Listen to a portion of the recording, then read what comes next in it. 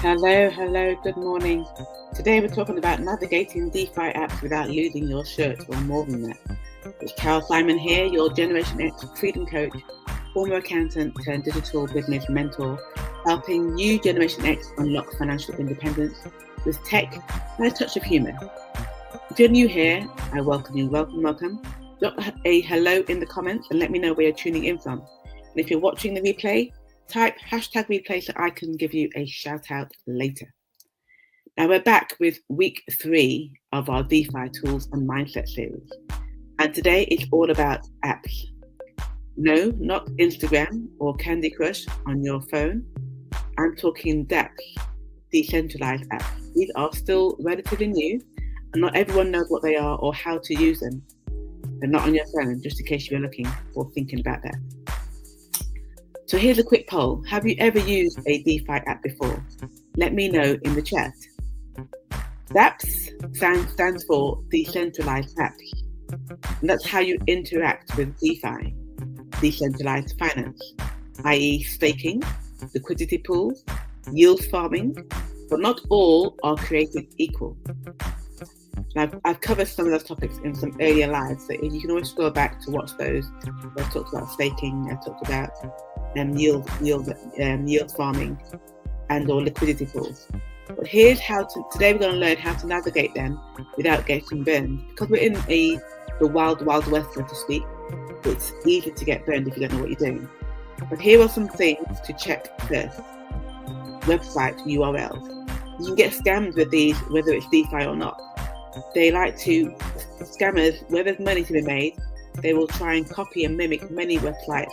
And if you're not savvy enough or not alert enough, you'll start putting in your details, and before you know it, your money's gone. It's really, really important to check the website URL. What I always say, by the way, is when you've gone into the website for the very first time, always bookmark it. So when you go into it the next time, you go in via the bookmark and you're not searching for it on Google. That's where you make the mistake. And scammers love fake links. Secondly, audit status. Has the code been reviewed?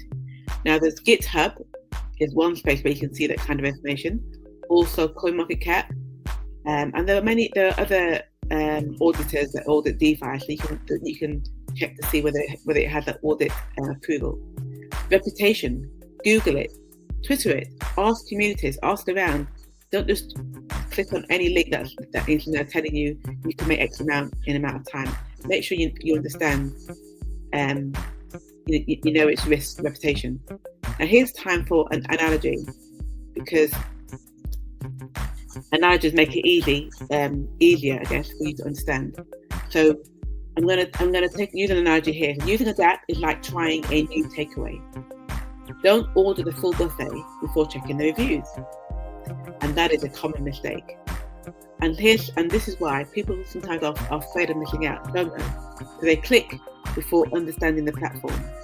They approve contracts which give them access to their MetaMask or to their wallet without reading. They use large sums of money right away. That's definitely a no-no. Always try with small amounts of money, and always check and read the small print, and make sure that you're interacting with a trusted site. Because if you give access to a fake site, when you go back the next time, the money will disappear. So be very, very careful. Now here's to summarize. Speak to known DApps or well-recommended DApps, so like Uniswap, Aave, PancakeSwap, and there are others too. I use DAO1, that's a trusted app, and recommendations from experts or people in the community who have been around for a while. Always test with small amounts first, and never, ever click links from random DMs or emails, because that's how they catch you out. Now here's my final point.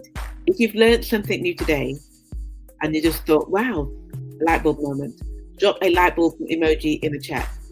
And next week we're going to wrap up with common DeFi mistakes and how to dodge them like a pro ninja.